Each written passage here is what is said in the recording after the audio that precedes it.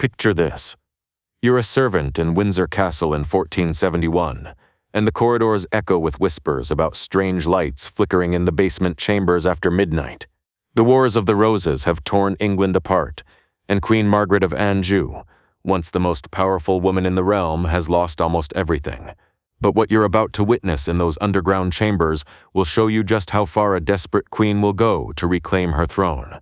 What you're hearing isn't just castle gossip. It's the sound of forbidden rituals being performed by a woman who has decided that if earthly armies can't restore her power, perhaps the spirits of dead kings can.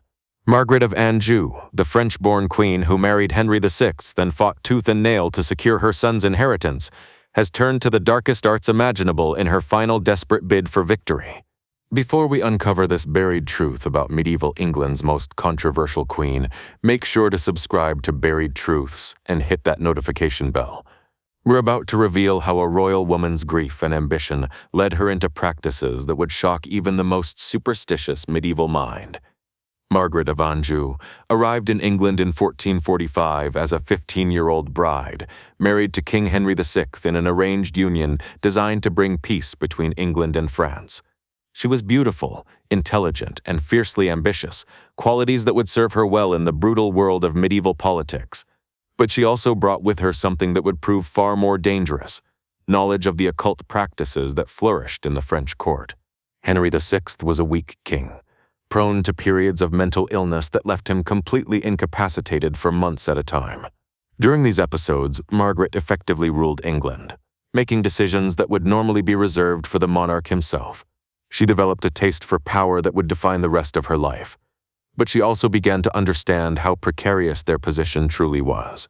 When their son Edward was born in 1453, Margaret's political calculations became even more complex. The boy represented the future of the Lancastrian dynasty, but his legitimacy was questioned by enemies who whispered that Henry's mental state made him incapable of fathering children. Margaret knew that her son's claim to the throne would always be vulnerable to challenge, and she began seeking ways to strengthen it through unconventional means. The Queen's first experiments with necromancy began around 1460, as the political situation in England deteriorated and civil war seemed inevitable.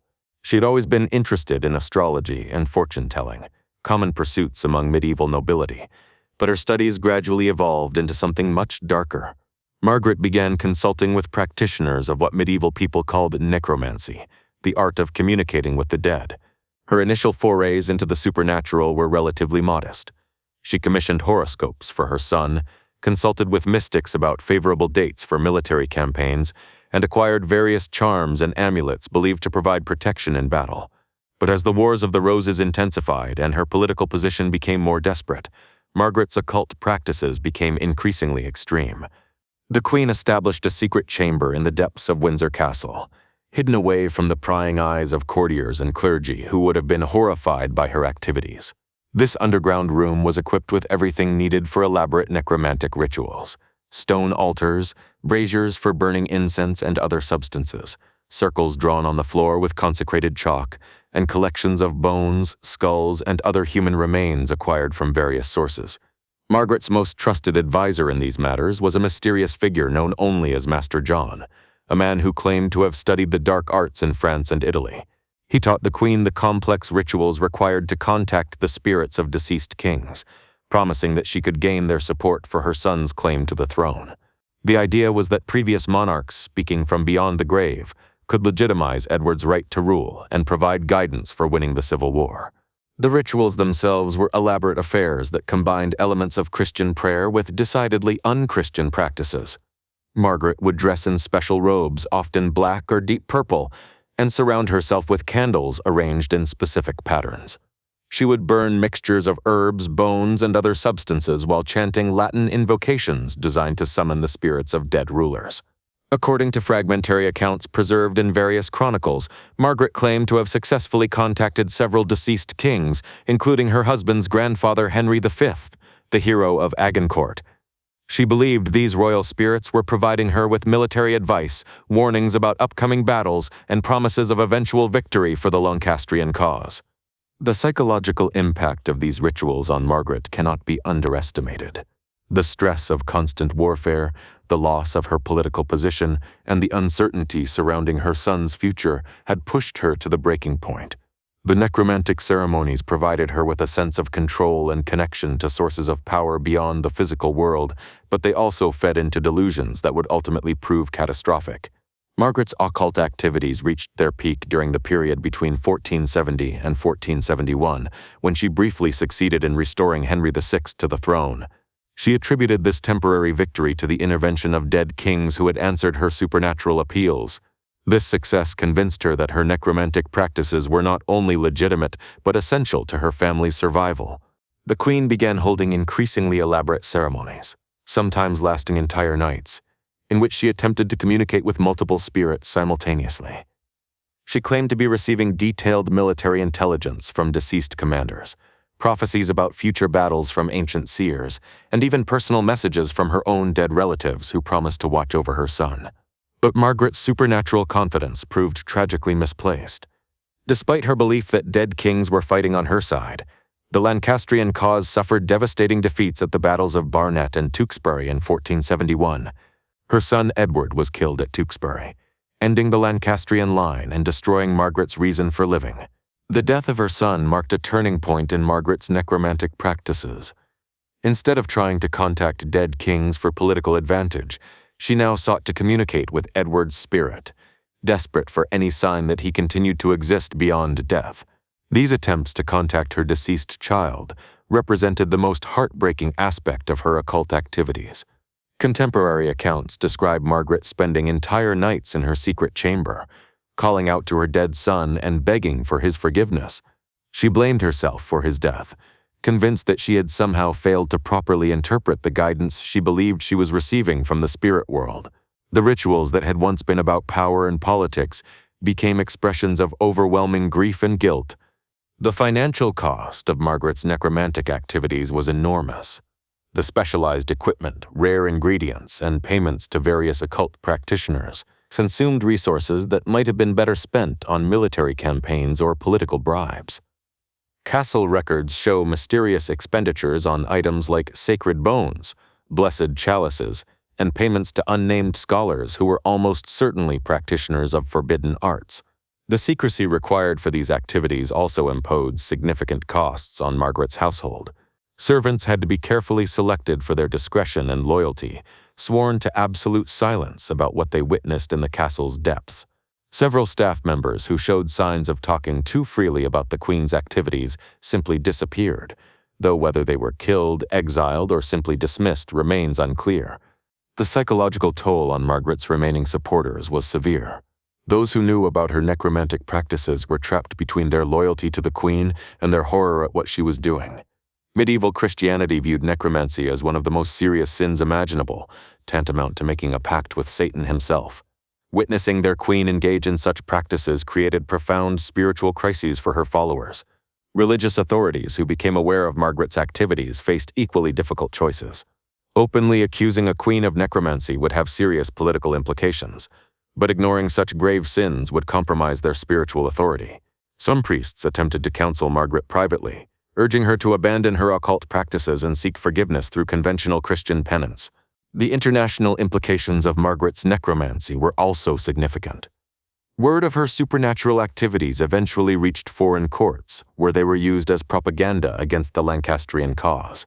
Enemy writers portrayed Margaret as a witch who had sold her soul to demons, making her son's claim to the throne illegitimate on spiritual as well as political grounds. French chronicles, despite Margaret's origins in France, were particularly critical of her occult practices. French nobility had their own traditions of consulting with mystics and fortune-tellers, but necromancy, the deliberate summoning of dead spirits, crossed lines that even the most superstitious medieval minds found unacceptable. The technical aspects of Margaret's necromantic rituals reveal the sophistication of medieval occult knowledge. The ceremonies she performed were based on complex theoretical frameworks that combined Christian theology with ancient pagan traditions. Practitioners believed that human souls retained their earthly knowledge and loyalties after death, making it possible to recruit deceased rulers as supernatural allies. The ritual components Margaret used were carefully selected for their symbolic and practical properties. Human bones were believed to provide connection points for contacting specific spirits, while various herbs and resins were thought to create atmospheric conditions that facilitated supernatural communication. The geometric patterns drawn on chamber floors were designed to contain and direct spiritual energies, preventing hostile entities from interfering with the proceedings. Margaret's attempts to contact her dead son represented the most technically challenging aspect of her necromantic practice. Medieval occult theory held that recently deceased spirits were more difficult to contact than ancient ones, as they were still adjusting to their new existence and might not yet have developed the ability to communicate across the boundary between life and death. The failure of Margaret's necromantic efforts to prevent her son's death and the fall of the Lancastrian dynasty might have convinced a less desperate person to abandon such practices. Instead, Margaret seemed to interpret these failures as evidence that she needed to intensify her supernatural efforts.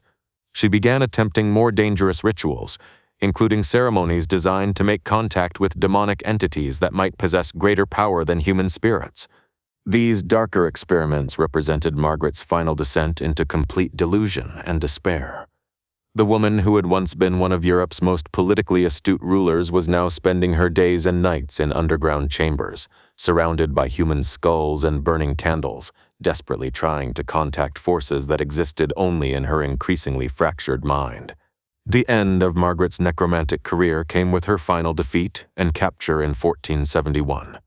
Her secret chamber was discovered by Yorkist soldiers, who were reportedly so horrified by what they found that they immediately sealed the room and refused to discuss its contents. The evidence of her occult practices was quietly destroyed, as even her enemies recognized that publicizing such activities would reflect badly on the institution of monarchy itself. Margaret spent her remaining years in captivity, forbidden from practicing the necromantic arts that had provided her only comfort during her darkest hours. Contemporary accounts suggest that she continued to believe in the reality of her supernatural contacts until her death, occasionally speaking to empty air as if conversing with invisible spirits. When Margaret of Anjou died in 1482, she took with her the secrets of rituals and practices that horrified even her medieval contemporaries. Her story serves as a powerful reminder of how grief, desperation, and the corruption of power can drive even intelligent people to embrace beliefs and behaviors that defy reason and morality. The buried truth about Margaret's necromantic activities reveals the dangerous intersection between political ambition and supernatural delusion. In seeking to control forces beyond human understanding, she lost control of her own sanity and ultimately contributed to the very disasters she was trying to prevent. Her legacy as a practitioner of forbidden arts remained hidden for centuries, known only through fragmentary records and whispered legends. Today, we can understand her story as a tragic example of how the medieval world's belief in supernatural forces could be exploited by desperate individuals seeking solutions to impossible problems.